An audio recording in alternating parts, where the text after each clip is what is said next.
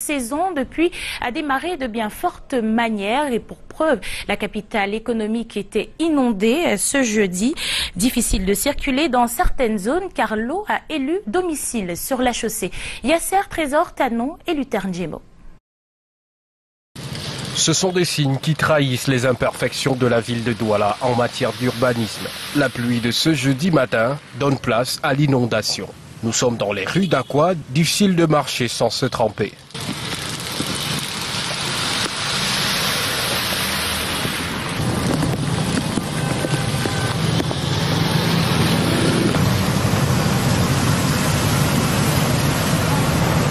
Les inondations, quand il pleut, ça nous gêne énormément.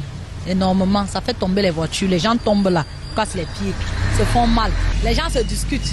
Nous sommes mal à l'aise. Quand les motos tombent depuis, je n'ai pas vendu parce que c'est là pour soulager les gens qui tombent dans l'eau. Vraiment, il faudrait que le délégué puisse faire quelque chose. Voilà, c'est la grande saison qui vient.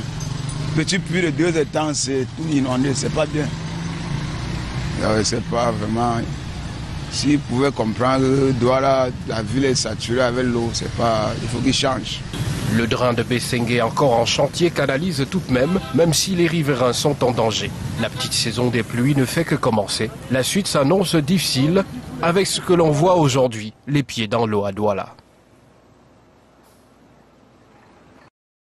La pluie n'a pas seulement causé des ravages dans la ville de Douala. Berthois, c'est une école dont la toiture a totalement été détruite. Les maisons d'habitation ont également payé les frais de la tornade dévastatrice.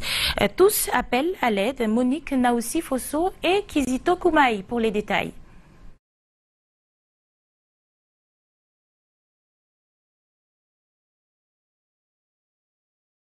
Un bloc de bâtiment constitué de 2 salles de classe écroulées. La toiture est superposée sur les décombres des murs.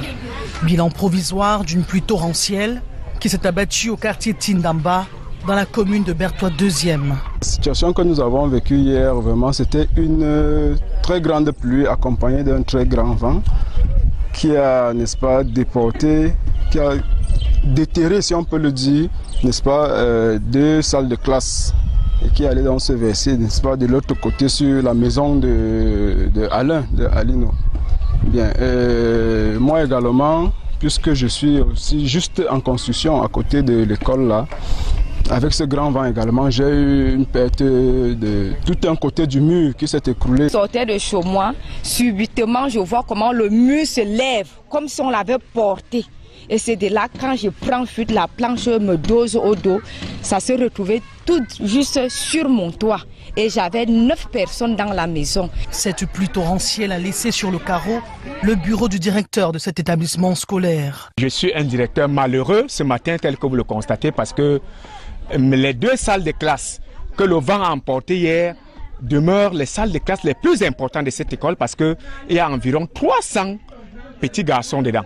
Ce qui me fait encore plus mal, le bureau que cette école n'avait jamais eu bénéficié et aujourd'hui ça part comme ça, je suis sincèrement, je suis très déçu. Ça fait vraiment mal, mais c'est la loi de la nature.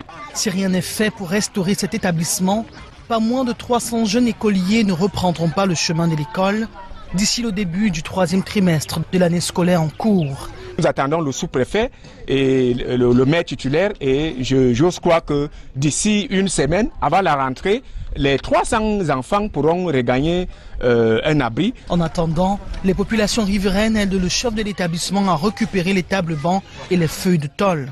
Les mains restent tendues vers les autorités compétentes.